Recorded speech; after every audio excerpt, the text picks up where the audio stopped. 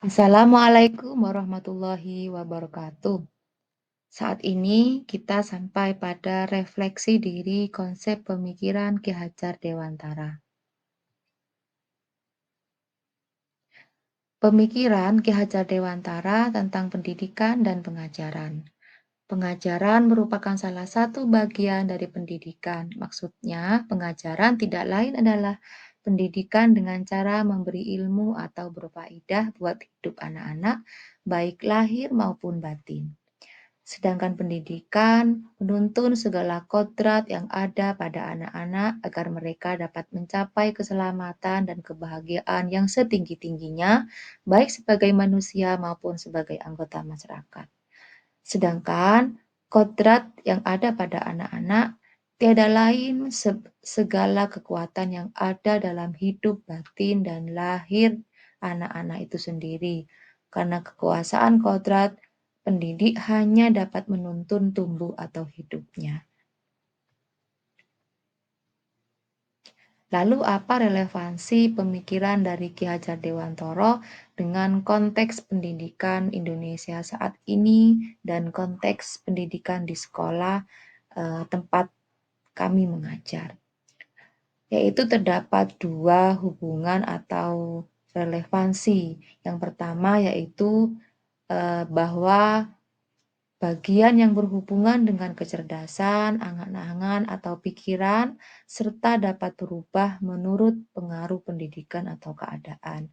Yang berikutnya pada bagian biologis, yakni yang berhubungan dengan dasar hidup manusia dan yang akan dikatakan tidak dapat berubah. Sedangkan relevansi dari kedua teori tersebut adalah jika kita memberikan pendidikan kepada murid sesuai dengan intelligible, misalnya murid kurang cepat berpikir, maka kewajiban pendidik untuk menuntunnya sehingga dapat keluar dari keterbatasannya. Sedangkan secara biologis, murid yang dapat dirubah, misalnya murid merasa kurang percaya diri, takut, maka pendidik memberikan motivasi, memperkuat agar tidak takut dan percaya diri.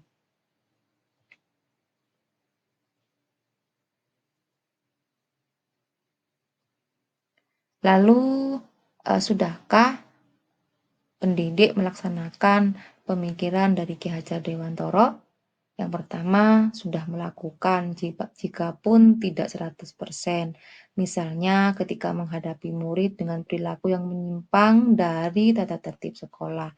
Kewajiban pendidiklah menuntun dan berdialog agar murid menyadari penyimpangan yang diperbuat. Lalu merdeka dalam menjalankan tugas. Jikapun tidak 100%, misalnya merasa berhak dan berkewajiban memotivasi murid untuk mengembangkan minat dan bakatnya, mengarahkan murid untuk meningkatkan prestasi. Tetapi tidak sedikit konsekuensi dari pelanggaran yang dilakukan oleh murid, pendidik telah melakukan dialog baik dengan murid maupun orang tua, dan hal ini juga masih terdapat kendala-kendala. Lalu harapan dan ekspektasi. Harapan sebagai pendidik yaitu ingin memberikan pendidikan yang terbaik untuk murid agar dapat mencapai keselamatan dan kebahagiaan yang setinggi-tingginya, baik sebagai manusia maupun sebagai anggota masyarakat. Menjadi pendidik yang konsisten memberikan pendidikan dan pengajaran dan menuntun budi pekerti murid. Harapan kepada murid bahwa dengan pendidikan dan pengajaran, baik yang didapatkan di pendidikan formal maupun non-formal, murid dapat menjadi manusia yang berbudi pekerti luhur. Sekian refleksi dari pemikiran Ki Hajar Dewantara. Terima kasih. Wassalamualaikum warahmatullahi wabarakatuh.